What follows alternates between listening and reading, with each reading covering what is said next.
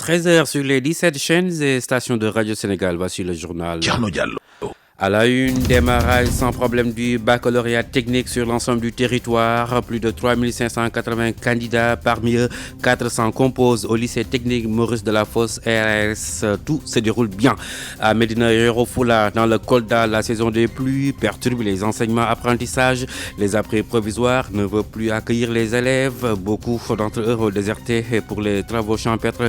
Les autorités académiques pantoises. Et puis l'intercommunalité qui donne des résultats. Des villages de Pire, département de Tivaouane et de Kersambakan à Djourbel unissent leurs efforts pour la construction d'une piste de production. Reportage de Cherfal. Et puis la hausse des cas de Covid-19 qui se poursuit, 135 aujourd'hui. Le service national de l'éducation et de l'information pour la santé déroule une nouvelle stratégie de com à Dakar. À Kaolack, le taux de vaccination inquiète, moins de 4%. L'invité, le responsable de la communication du service national d'hygiène, Moustapha Khan, répond aux questions de Ousmane Bang. Radio Sénégal, l'info en toute responsabilité. Thierno Diallo. Gérard Moïse Ndiaye à la technique. Madame, Monsieur, bonjour. Baccalauréat technique, les épreuves ont bien démarré.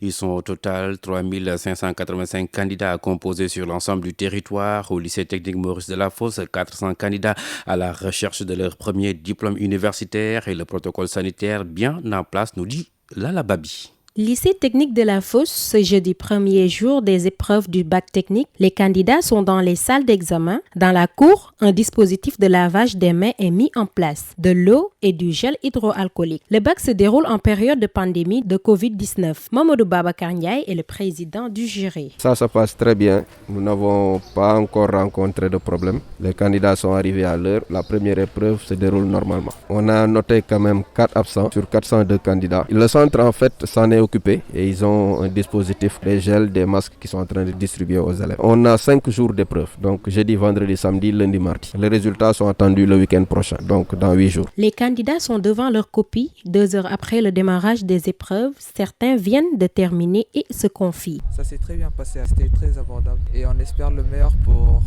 le reste, l'avenir, et que ce soit beaucoup plus facile.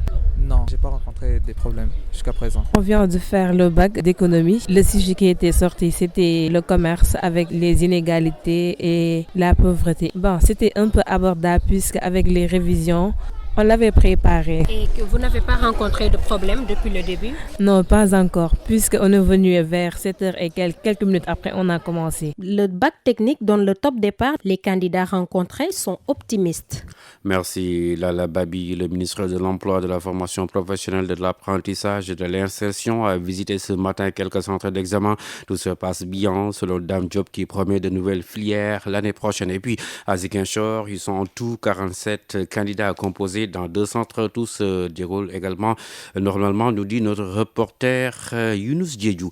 L'installation de la saison des pluies, source de problèmes dans les écoles de Médina Yoro Fula, région de Kolda. Plusieurs écoles sont des abris provisoires et ne peuvent plus accueillir des élèves, surtout ceux des classes intermédiaires. Ce n'est pas tout. Certains élèves ont déserté les salles de classe pour les travaux champêtres sur place. L'organisation des compositions et autres examens scolaires s'annonce difficile dans le Médina Yoro Fula, nous dit Demba Diao. La prolongation de l'année scolaire ne fait pas que des heureux. C'est le cas dans le département de Médina Yoro Fula, situé à quelques kilomètres de Kolda. Ici, la plupart des établissements scolaires sont en abri provisoire. En cette saison des pluies, la situation préoccupe davantage le principal du CM Malandanso. Tout un CM est en abri provisoire. Et là, c'est compliqué de prolonger l'année jusqu'au mois de juillet. On nous demande de composer le 12, 13 et 14 juillet pour les classes intermédiaires. Alors que ces élèves-là sont dans les abris provisoires. C'est compliqué. À quelques jours seulement de la fin de l'année scolaire, certains élèves ont déjà tourné le dos à l'école pour les travaux champêtres. Il y a beaucoup d'élèves qui s'absentent pour aller au champ. Certes, mais pour les classes intermédiaires, beaucoup d'élèves, dès que la pluie commence, on a du mal à les avoir ici. C'est la difficulté dans le MIF. Beaucoup d'élèves vont aller sans composer. On risque de les perdre, ils ne composent pas, ils sont partis. Les parents les ont récupérés, donc c'est un problème. Et qu'est-ce qu'il faut faire pour ces élèves-là? Est-ce qu'il faut les sanctionner ou pas? C'est là notre problème. Autre inquiétude du principal du CM de Médina Yoro Fula, la nouvelle réforme du BFM à quelques semaines de l'examen.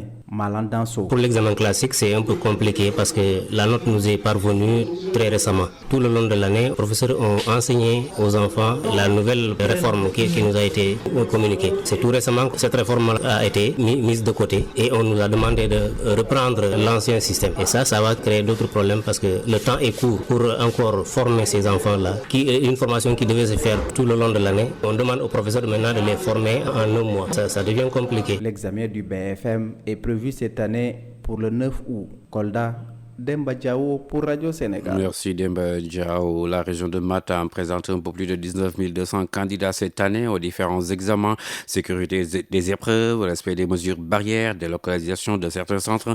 Des dispositions particulières ont été prises pour un déroulement des examens. De plus, le téléphone portable est formellement interdit dans les centres. Un comité régional de développement, CRD, s'est tenu à Matam à Luntal. Rien n'a été laissé en rade pour un bon déroulement des examens de fin d'année dans la région de Matam. La sécurité, l'hygiène, la gestion des inondations de certains centres d'examen. Le gouverneur de région, Mohamed Mokhtar Ouad, revient ici sur les recommandations. La première mesure donc, a trait à la sécurisation des centres d'examen. Ce plan-là, des engagements ont été pris par les responsables des forces de défense et de sécurité, notamment la police et la gendarmerie. Nous avons déjà donné des orientations afin que les centres d'examen qui véritablement sont logés dans des établissements scolaires à risque d'inondation extrêmement élevé, d'envisager dès à présent en fait de délocalisation. Pour ce qui est du respect du protocole Covid-19, les lavoirs sont déjà disponibles et une expression de besoin donc a été adressée. Autre mesure prise, l'interdiction des téléphones portables dans les centres d'examen. Mbaye Babou, IA de Matam, se veut catégorique. Les examens sont régis par des règles très précises, c'est pourquoi je voudrais vraiment lancer à l'endroit des élèves et des parents d'élèves le fait que le téléphone portable est vraiment formellement interdit. Ce n'est pas seulement l'usage, le seul fait d'amener le téléphone portable dans le centre est interdit, même abîmé. Donc il faudrait donc à l'endroit des parents pour qu'ils puissent vraiment parler aux enfants, aux élèves pour qu'ils n'amènent pas le téléphone. La région de Matam va présenter cette année 19 208 candidats, dont 10 113 au CFE, 5 121 au BFM, 3 790 au bac et 183 autres candidats aux examens professionnels. À Luntal, Matam. Pour Radio Sénégal. Merci à Luntal. Ce communiqué du Conseil pour l'observation des règles d'éthique et de déontologie dans les médias CORED dans le traitement relatif à l'affaire de présumé viol impliquant le lycéen Souleymane Seck et une de ses camarades. Le CORED, le Conseil pour l'observation des règles d'éthique et de déontologie dans les médias, a constaté que des médias ont révélé l'identité de la présumée victime désignée jusqu'ici sous le prénom de Louise. Le site l'Herald.net a même publié ses photos sans aucun floutage ou filtre. Or, il s'agit, selon le CORED, d'une atteinte grave et manifeste à la vie privée d'une personne mineure de surcroît, selon l'article 17 du Code de la presse. Le CORED appelle les médias à l'exercice d'un journalisme responsable, c'est-à-dire pratiqué dans le cadre du respect des règles éthiques et déontologiques, loin des clichés de la presse à scandale qui cherchent à s'immiscer dans la vie privée des gens. La vie privée couvre l'intégrité physique et psychologique d'une personne ainsi que de multiples aspects de son identité, son droit à l'image, sa réputation, les informations relatives à sa situation médicale, à l'adresse de son domicile, à sa paternité, à ses activités sexuelles. La diffusion de ces informations est donc contraire, selon le CORED, à l'éthique et à la déontologie journalistique. Le Conseil pour l'observation des règles d'éthique et de déontologie dans les médias rappelle aux journalistes que le respect de la vie privée est un aspect fondamental dans l'exercice du journalisme, signé le président du CORED, Mamadou Thior. 13h09, des insuffisances notées dans la loi relative à la déclaration de patrimoine. 7 ans après l'adoption, seuls 56% des concernés ont fait ces déclarations, manquement que l'OFNAC s'engage à corriger. Ce bel exemple de coopération intercommunale, les 22 villages de la commune de Pire dans le département de Tivaouane et ceux de Kersamba Kanda Bambé unissent leurs moyens pour la construction de la piste de production qui les traverse. Aussi, dans le projet, l'électrification des villages encore dans le noir. Cherfal. Les communautés vivant dans la même sphère territoriale commencent-elles à comprendre que l'union fait la force dans la prise en charge des préoccupations d'intérêt commun? En tout cas, l'exemple des 22 villages de la commune de Pire dans le département de Tivaouane et les autres villages de la commune de Keur Samba Kane dans le département de Bambey permet de l'affirmer. En effet, pour trouver des moyens efficaces de lutte pour désenclaver et en même temps gagner le pari de l'accès à l'électricité rurale, une délégation de 22 villages de la commune de Pire a été reçue par le député maire de Keur Samba Kane qui administre le gros village de Keur Khali Koura, Ibrahima Khalil Fall. di rafetlu lool li nga xamni mom lañuy tuddé jokkoo gox-goxaan yi ngay wax intercommunalité. Nous devons tous magnifier cette nouvelle vision qui consiste à explorer la coopération intercommunale. Cette unité entre communautés partageant le même destin va faciliter les réalisations futures du président de la République. Nous serons votre interprète auprès de ce dernier pour porter toutes vos doléances. J'apporte ainsi ma modeste contribution financière en appui à la piste que mon collègue Diopsi a promis de réaliser pour le bien-être de nos communautés. El Hadji Thiam a dirigé la délégation qui s'est rendue à Keur Samba Kane. Comment peut-on comprendre que de gros villages dans les départements de Tivaouane et de Bambey, pourvoyeurs de notre économie, puissent ne pas disposer ni de pistes latéritiques, encore moins d'électricité? Dans la recherche de solutions, nous nous sommes rendus chez le député Diopsi qui nous a compris et promis de nous aider. Diourbel, Radio Sénégal, Cheikh Fall. Merci Cheikh Fall. Le plan national d'aménagement et de développement du territoire veut voir Diourbel se développer. Ses nombreuses ressources et celles de Touba seront mieux exploitées pour une bonne mise en œuvre du PNADT. Une rencontre a réuni l'ensemble des acteurs de la région. Désormais, tous les projets et programmes auront comme socle ce plan. Aminata Dieye. Diourbel regorge d'énormes potentialités et Touba en pole position avec tout ce qu'il génère en termes de ressources aux événements religieux, ce qui facilite la mise en œuvre du PNADT, Plan national d'aménagement et de développement des territoires, à travers la ZIAR, zone industrielle artisanale de Touba. Oumar Gueye est ministre des collectivités territoriales, du développement et de l'aménagement des territoires. Que lors du Magal, ce sont des milliers, voire des millions, j'allais dire, de bêtes qui sont utilisées. Et tout cela, il y a des produits résiduels. Et ces produits résiduels, c'est le cuir. Et le Sénégal consomme énormément de cuir. Imaginez que nous puissions installer une tannerie moderne à Touba et que sur le triangle Dara, Touba, Mekhe, qu'on appelle la ZIAR, la zone industrielle artisanale Touba, que nous puissions développer cette industrie. Mais c'est des centaines de milliers d'emplois créés et ce sont des ressources qui vont rester dans la région et dans le pays. À Diourbel, le PNADT permettra également de résoudre l'exiguïté de l'espace par une extension de la capitale régionale. Les vallées fossiles vont être restaurées pour la relance de l'économie sur le plan agricole. À terme, il s'agira de développer Diourbel par deux métropoles. Oumar Gueye. La région de Diourbel est une région qui a beaucoup d'avenir. Cette région se développe avec une métropole d'équilibre, Touba Mbaké, mais également une métropole régionale, Diourbel, et d'autres zones de développement. Et cela a été cartographié également pour chaque zone des ressources identifiées et un potentiel de développement. Le ministre des collectivités territoriales, du développement et de l'aménagement des territoires suggère aux autorités administratives de la région de veiller à une application stricte du plan pour tous les projets et programmes qui vont intervenir à Diourbel. Aminata Dieye, Diourbel, RTS. Covid-19, les cas encore en hausse, 135 ce jeudi, 61 contacts et 74 de type communautaire. De nouveaux décès et 11 cas graves en réanimation. À ce jour, 529 420 personnes ont été vaccinées contre la Covid-19.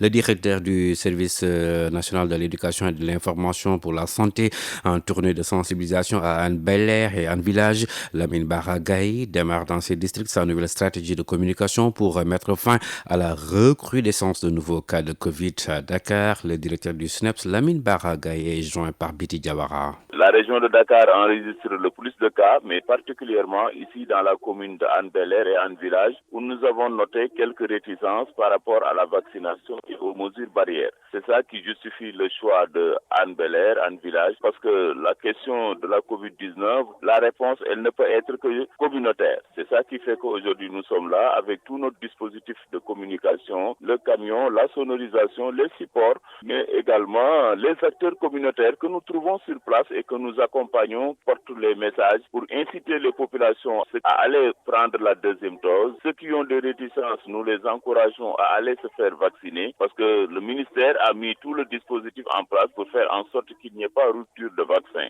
Maintenant, le virus, il est là et il continue à faire mal. Par conséquent, nous encourageons encore nos compatriotes à continuer à redoubler de vigilance par le respect des mesures barrières. Lamine Bargay, le directeur du service national de l'éducation et de l'information pour la santé. Le taux de vaccination contre la COVID-19 très faible dans la région de Kaolack, moins de 4%, sur une cible d'environ 650 000 personnes. Seuls un peu plus de 23 000 ont été vaccinés. La région médicale de Kaolack intensifie d'ailleurs la sensibilisation pour pousser la population à aller se faire vacciner. C'est que Kaolack commence à enregistrer de nouveaux cas. Elisabeth Agnessar. Près de 4 mois après le début de la campagne de vaccination contre le Covid-19, la région de Kaolack a reçu 53 600 doses de vaccins AstraZeneca et Sinopharm confondus. Dr Bassirou Ndir, chargé de la surveillance épidémiologique à la région médicale de Kaolack. Nous avons démarré dans la région la vaccination en fin février. Depuis lors, nous avons reçu 38 000 doses du vaccin Sinopharm et 23 600 doses du vaccin AstraZeneca. Aujourd'hui, nous avons vacciné 23 524 personnes, c'est-à-dire les personnes qui ont été vaccinées au moins une fois. Avec 23 700 personnes déjà vaccinées sur une cible estimée à plus de 655 000 personnes, le taux de vaccination, moins de 4%, est jugé très faible, Dr Bassirou Ndir. La région est à 3,61%, disons 4%, faible, c'est même très faible. Si on prend par district quand même, Kaolack est en avant avec 6,12%, Niangéné aussi avec 3,02%, Ndofane 2,65% et Nioro 2,08%. Un faible taux qui s'explique selon le docteur Bassirou Ndir par les nombreuses campagnes de désinformation engagées autour de la vaccination contre le Covid-19. Et pourtant, assure le docteur Ndir, la vaccination donne des résultats probants. La vaccination a fait ses preuves depuis jeudi. Sur les 23 524 personnes qui ont été vaccinées, aucune plainte majeure en termes d'effets secondaires. Allez vous faire vacciner avant que ça ne soit trop tard. Ça ne soit trop tard, c'est quoi? Je ne le souhaite pas, comme vous l'avez dit. Mais si jamais on a une troisième vague, ils vont se ruer vers la vaccination qui ne va servir plus à rien. Parce qu'avant d'acquérir l'immunité, le virus aura déjà fait son effet. Après quelques mois de répit, la région de Kaolack a commencé à enregistrer de nouveaux cas de Covid-19. Et c'est pourquoi les autorités intensifient présentement la communication pour inciter les populations à se faire vacciner massivement. Le seul rempart pour le moment contre les formes graves de Covid-19. RTS Kaolack, Elisabeth Agnessar. Le nouveau haut commandant de la gendarmerie nationale, directeur de la justice militaire, officiellement installé ce matin dans ses fonctions par le ministre des Forces armées, Maître Sidiki Kaba, le désormais patron de la gendarmerie nationale, le général de division Moussa Fall, ambitionne de bâtir une gendarmerie professionnelle ancrée dans les valeurs au cœur des institutions républicaines. Reportage Oumar Sonko. C'est au cours de cette cérémonie officielle que le nouveau haut commandant de la gendarmerie nationale a été installé officiellement dans ses nouvelles fonctions. Le ministre des Forces armées, Maître Sidiki Kaba. Dans un bel élan de solidarité institutionnelle, la République, dans toutes ses composantes, s'est réunie aujourd'hui pour l'installation du général de division Moussa Fall, nommé haut commandant de la gendarmerie nationale et directeur de la justice militaire, par son Excellence M. Macky Sall, président de la République et chef suprême des armées, suivant le décret numéro 2021-829 du 17 juin 2021.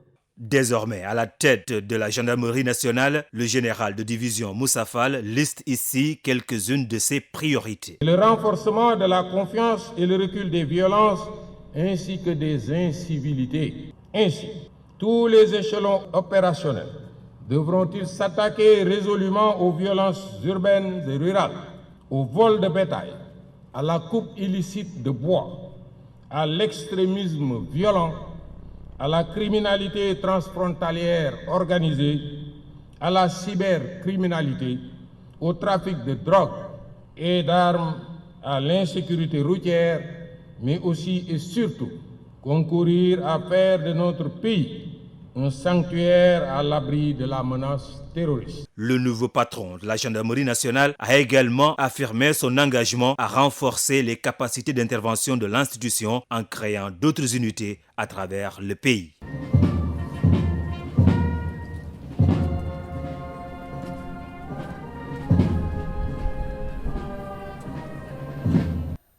Merci Omar Sonko. Les 15 membres du comité national de suivi du contenu local est installé ce jeudi. Il s'agit de 7 représentants de l'administration publique, 5 du secteur privé national et les entreprises du secteur des hydrocarbures, un représentant de la société civile et deux représentants des syndicats. Le monde bouge et vous devez le savoir. C'est pourquoi Radio Sénégal vous tient informé des faits, gestes et paroles qui impactent la marche du monde. C'est géo, c'est politique et c'est international. Au Gabon, la Cour militaire spéciale a condamné ce jeudi 15 ans de prison le lieutenant Kelly Ondo ainsi que 2 membres de la garde républicaine. Les 3 hommes sont condamnés pour leur rôle dans la tentative de coup d'État de janvier 2019. Les avocats des prévenus annoncent déjà des pourvois en cassation. Le président burkinabé Roch Marc Christian Kaboré procède à un réaménagement de son équipe. Chérif Sy, jusque-là le ministre de la Défense, quitte le gouvernement ainsi que Ousseynou Compaoré, le ministre de la Sécurité. Ils font les frais des dernières attaques à Solane et contre une équipe de la police. C'était le 21 juillet dernier. Les populations avaient exprimé leur colère face à la recrudescence et la violence des attaques attribuées au groupe djihadiste. Enfin, en Chine, des dizaines de milliers de membres du Parti communiste étaient rassemblés ce matin place Tiananmen pour célébrer le 5e anniversaire du PCC. Dans son discours, le président chinois Xi Jinping a vanté le parcours accompli et l'essor irréversible de la Chine. Radio Sénégal, les sports.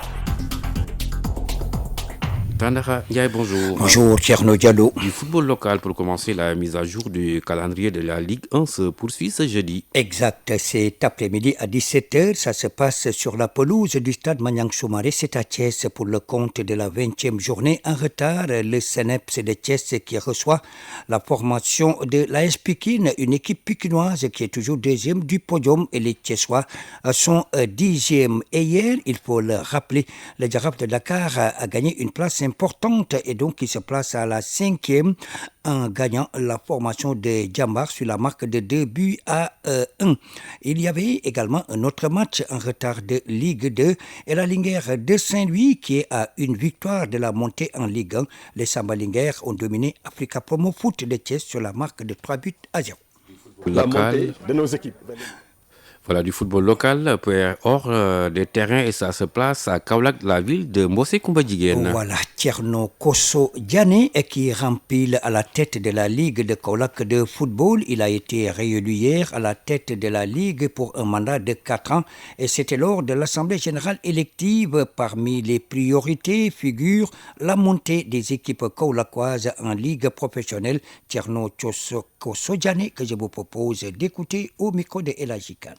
La montée de nos équipes vers l'élite. Ceux qui sont en amateur en Ligue Pro et ceux qui sont au plus bas niveau également, gravir des échelons. Je pense que ça fait partie des ambitions que nous avons exprimées et nous allons accompagner les clubs dans ce travail d'encadrement pour que Kaolack puisse rayonner dans l'élite et pour que Kaolack puisse avoir un football qui compte. Donc l'un dans l'autre, c'est pour moi un honneur, une fierté de présider encore aux destinées du football de la région et de réaffirmer aussi mon engagement à ne ménager aucun effort avec mes jeunes collègues qui sont là dans le football pour relever le défi du football dans la région de Kaolack. Vous ne pouvez pas faire l'Assemblée générale sans nous prononcer sur la question. Je pense qu'on a revu les troupes. Je pense que les camarades sont sur les mêmes positions. Nous sommes dans l'équipe. Je pense que le travail qui est en train d'être fait est un très bon travail. Et nous sommes pour la stabilité et la continuité. Dans un consensus dynamique, se retrouver autour de lui pour faire face aux échéances qui pointent à l'horizon, les éliminatoires de la Coupe du Monde et puis la CAN 2022 au Cameroun. Je pense qu'il nous faut mettre tous les atouts de notre côté. Je pense que si nous réussissons à faire l'unité autour de Maître Senghor, toutes les compétences qui gravitent dans le football seront à l'intérieur. Je pense que chacun amenant sa partition, il est évident qu'au bout du compte, nous finirons par atteindre les objectifs majeurs que nous nous fixons. Continuer à travailler avec Maître Senghor et les autres, en tout cas tout ce qui peut concourir à faire l'unité du football. Je pense que ça aussi nous avons un mandat et Inch'Allah nous avons joué notre partition dans ce domaine-là. Voilà, Tierno Kosso Diané qui ne fait pas mystère de ses ambitions. C'est vrai, la Ligue de Kaolack beaucoup plus chanceuse que la Ligue de Fatick qui a vu son assemblée générale complètement perturbée. Terminé en queue de poisson. Et puis les Lionceaux de Malick Daaf perdent le titre de champion arabe des nations. Oui, ils sont tombés hier devant l'équipe de l'Arabie Saoudite, une équipe saoudienne qui a ouvert la succession succession de ces lionceaux en quart de finale, 2 tirs au but contre 3 à la temps réglementaire, 1 but partout. Écoutons le bilan fait par l'entraîneur de l'équipe des U20 du Sénégal, Malik Daf, interrogé par Ndeye Tom Diouf. Il y avait de la place pour passer parce que tellement on était dominateur sur ce match, parce que vraiment on avait la maîtrise du jeu, vraiment tout était bien, parce que vraiment c'était une attaque défense dans ce match, c'était une attaque défense où les Saoudiens ont reculé, mais chaque fois qu'il y avait le ballon, arrivé dans les 30-40 mètres, Cousteau il les perdait, on récupérait le ballon, on préparait encore. Et il faut saluer la rentrée de Mohamed Gueye qui a pris la place de Djibril Diarra, il a été très bon dans le jeu, dans l'entrejeu, avec beaucoup d'animation, avec de bonnes récupérations et puis vraiment très bon dans l'utilisation de ballon. Il a apporté du jeu, de tonicité, il a fait beaucoup de passes aux attaquants. Il faut saluer aussi la rentrée d'Ibrahima qui n'a pas été mal, qui a été très audacieux sur le côté gauche. Mais malheureusement, on n'a pas été concentré pour marquer les ballons. Vraiment, c'est dommage parce qu'il y avait de la place, parce qu'il y avait tellement d'occasions de but. Mais c'est comme ça le football, il faut toujours tirer des leçons pour essayer de progresser. C'est sur le secteur défensif qu'il faudra rester très concentré, le secteur défensif, parce que je pense qu'on a besoin d'être très concentré sur le secteur défensif. Sur le plan offensif, il faut qu'on soit beaucoup plus tueur, beaucoup plus agressif. Il ne faut pas être trop suffisant en marquant 2 buts, on se suffit déjà de ça. Un joueur doit être tueur. Voilà, et Malik Daf qui a tiré les conclusions. J'espère que la prochaine fois sera peut-être la bonne, Tcherno. Euro 2020, les quarts de finale débutent demain vendredi. Oui, c'est vrai, avec l'absence de grandissimes favoris. Les hostilités vont débuter dès demain à 16h. La Suisse qui défie l'équipe d'Espagne à 19h, ce sera Belgique-Italie. Et samedi, avec la République tchèque qui va se mesurer à l'équipe du Danemark à 19h, ce sera Ukraine face à l'Angleterre. Et je vous amène en Amérique latine. Et là-bas également, on joue les quarts de finale qui vont débuter demain avec la Copa América, avec à 21h un match entre le Pérou et le Paraguay, le Brésil qui va rencontrer le Chili à 0h. Et puis la suite, samedi à 21h, la Colombie qui reçoit l'Uruguay et le dernier match mettra aux prises l'Équateur à l'Argentine. Athlétisme pour terminer. Oui, la Ligue de Diamant, c'est en Europe et précisément à Oslo. Parmi les épreuves phares de cette journée, le saut à la perche, il faudra le noter avec le jeune Suédois. Il s'agit de Duplantis, le meilleur performeur de l'année avec 6,19 m. Et puis à côté, avec les 2 frères français Lavillenie et l'américain Sam Canris qui est à 6,10 m. Le 400 m est également avec Caster Valide à la 2e meilleure performance mondiale à côté de l'américain Benjamin Rai. Et peut-être on va dépasser la barre. On sera sous la barre des 47 secondes. En tout cas, une affaire à suivre également le javelot du côté des dames avec la polonaise Maria Andrzejewicz. C'est tout pour le sport. Tierno Diallo, bon appétit à vous. Merci également à vous, Tanaka Ndiaye. Radio Sénégal. L'invité de la rédaction. Le service national d'hygiène va dérouler à partir du 8 juillet son plan d'action pour la prévention des maladies liées à l'hivernage, les opérations de désinfection, de saupoudrage ainsi que des activités de sensibilisation des populations sont au menu de son plan d'action. Pour en parler, Moustapha Kane, le responsable de la communication du service national d'hygiène, s'entretient ici avec Ousmane Beng. Moustapha Kane, l'hivernage s'installe, les activités de prévention ont-elles démarré? Effectivement, nous nous préparons chaque fois que l'hivernage s'approche. Vous avez même constaté qu'il y a une première pluie qui est arrivée. Et pendant cette période, nous renforçons la sensibilisation auprès des populations lors de nos visites à domicile pour rappeler véritablement la vigilance qu'il faut apporter parce que l'hivernage vient avec son lot de prolifération de moustiques, prolifération d'insectes, avec beaucoup de pathogènes que nous rencontrons, surtout avec les problèmes d'assainissement que nous connaissons un peu. Donc nous rappelons aux populations d'être plus vigilants, en tout cas d'éliminer tout ce qui peut constituer des gîtes larvaires et aussi de retenir les enfants afin qu'ils ne puissent pas être en contact. Parce que nous constatons pendant cette période qu'il y a beaucoup de dermatoses, il y a beaucoup de maladies diarrhéiques. C'est un peu lié au fait que véritablement c'est une période propice à la multiplication de plusieurs vecteurs de maladies. Donc nous avons donné des instructions au niveau central, véritablement pour renforcer dans nos visites la communication de proximité pour rappeler ces aspects-là. Et les opérations de saupoudrage dans les villes, cela se maintient également? Oui, le niveau central est en train, en tout cas, de mettre en place en relation avec la brigade régionale Dakar, mais ce sont les mêmes instructions qui sont données à toutes les brigades d'hygiène, que chaque brigade puisse mettre en place un plan d'action qui consiste à lutter contre les maladies hivernales, parce que c'est la prolifération de beaucoup d'insectes, donc il faut procéder à des saupoudrages, il faut procéder à des désinsectisations, surtout des endroits très sensibles comme les marchés, comme les zones de captage où il y a les quartiers environnants où les gens se plaignent beaucoup de nuisances causées par les piqûres de moustiques. Donc chaque région a élaboré un plan. Ici, au niveau de la région de Dakar, nous avons élaboré un plan régional avec le niveau central. Nous attendons tout simplement la confirmation des autorités, mais nous avons prévu techniquement de démarrer les opérations le 8 juillet et c'est des opérations qui vont s'étaler dans l'ensemble des 3 départements de Dakar. Donc chaque département en relation avec les autorités locales, avec les autorités municipales aussi, parce que le service d'hygiène, c'est un service étatique, mais je pense que le bien-être des populations, la santé des populations aussi, ça doit être la préoccupation des collectivités territoriales et nous avons un partenariat avec eux pour mettre en place ces plans de saupoudrage et c'est en train d'être mis en place. Nous savons que la sensibilisation des populations occupe une bonne place dans ces plans d'action.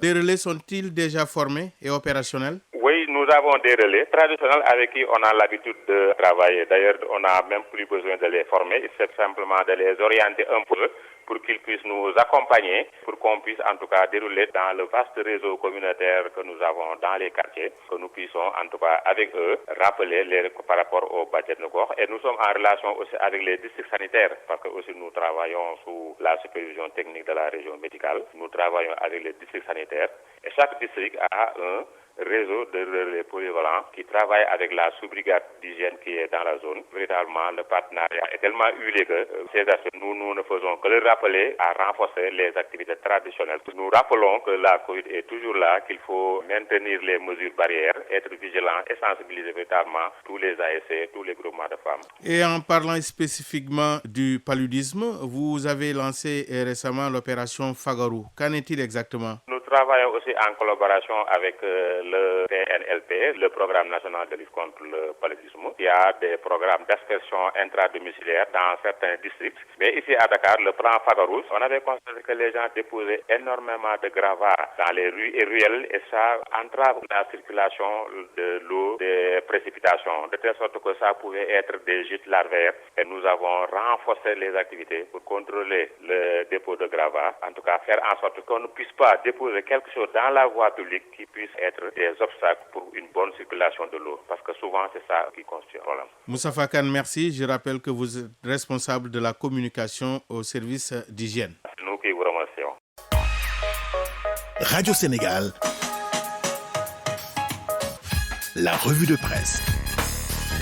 La revue Aaron Diouf. Le débat d'orientation budgétaire pour l'année 2022, les axes prioritaires dans les colonnes des quotidiens, passant de 2344,8 à plus de 5000 milliards de francs CFA. Le satisfecit du Soleil en 10 ans se réjouit mon confrère du quotidien national. Le budget a plus que doublé et loin des querelles de clochers notées lors du vote portant modification du code pénal et du code de procédure pénale. Les parlementaires relèvent critiques ont adopté hier une posture responsable à l'occasion du débat d'orientation budgétaire pour l'année 2022. Tous donc, indique mon confrère, ont magnifié le travail abattu par les services du ministère des Finances et du Budget et la clarté du document de programmation budgétaire et économique pluriannuel 2022-2024. Et dans les détails, l'observateur explique qu'il fallait en tout cas s'adapter au contexte puisque le document de programmation budgétaire et économique pluriannuel 2022-2024 est une réponse à la crise sanitaire aux conséquences économiques désastreuses pour une relance de l'économie, annulation de la réforme du code pénal et du code de procédure pénale. L'opposition a saisi le Conseil constitutionnel. Une info relayée ce matin par Source A et le quotidien Les Échos, ce journal justement qui donne la parole à Cheikh Bamba Dièye, le leader de FSD/BJ, qui affirme, je cite, « J'espère que le Conseil constitutionnel va nous surprendre cette fois-ci. Sinon, nous allons saisir la CEDEAO. Différentes réformes majeures, justement, du président Macky Sall. Sud Quotidien de s'intéresser dans sa livraison du jour à ce sujet. Et c'est pour dire contre forcing et imprécision. Depuis son avènement à la tête du pouvoir exécutif, le président Sall peine, selon Sud, à asseoir des réformes dans la douceur. En effet, relève Sud de la loi numéro 2013-10 du 28 décembre 2013 portant code général des collectivités locales sur l'acte 3 de la décentralisation à la dernière loi sur le terrorisme avec la modification du code pénal et du code de procédure pénale. La démarche de forcing et l'imprécision des rédacteurs des différents textes adoptés sous le régime en place ont toujours été à la base de la discorde entre la majorité et le reste de la société. Un autre décryptage, cette fois-ci dans les colonnes